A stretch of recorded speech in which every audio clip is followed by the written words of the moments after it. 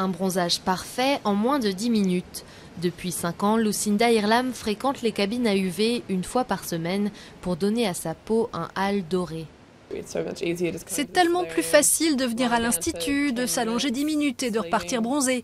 C'est bien, c'est pratique. Mais à partir de 2014, les cabines comme celle-ci seront interdites dans l'État le plus peuplé d'Australie. Après le Brésil, la Nouvelle-Galles du Sud sera seulement le 2e endroit du monde à bannir les instituts de bronzage. Derrière cette décision, une étude australienne qui démontre que l'utilisation des cabines à UV par des personnes de moins de 35 ans augmente de 75% le risque de développer des mélanomes potentiellement mortels. Mais à en croire les professionnels du secteur, fréquenter leurs instituts est bien moins risqué que de se faire bronzer à la plage. Je ne vois pas en quoi c'est dangereux pour la santé.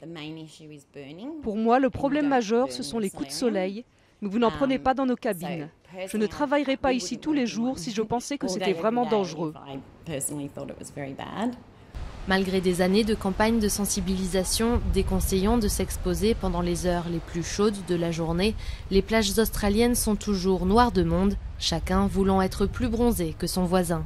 L'Australie détient le record mondial du taux de cancer de la peau et pourtant une peau hâlée est un critère de beauté et considéré comme un signe de bonne santé. Les militants, eux, soulignent que peu importe d'où vient le bronzage, le risque est le même. Si vous absorbez assez d'UV pour que votre peau devienne foncée, vous avez déjà fait des dégâts suffisants pour déclencher un cancer de la peau, sans compter un vieillissement prématuré de votre peau. Jay Allen, ancien camionneur, en a subi les conséquences.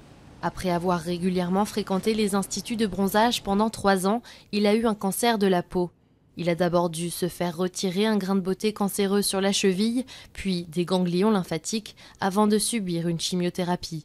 Jay est convaincu que les cabines à UV ont contribué à son cancer. Je pensais que c'était moins dangereux 10 minutes dans une cabine qu'1 heure au soleil.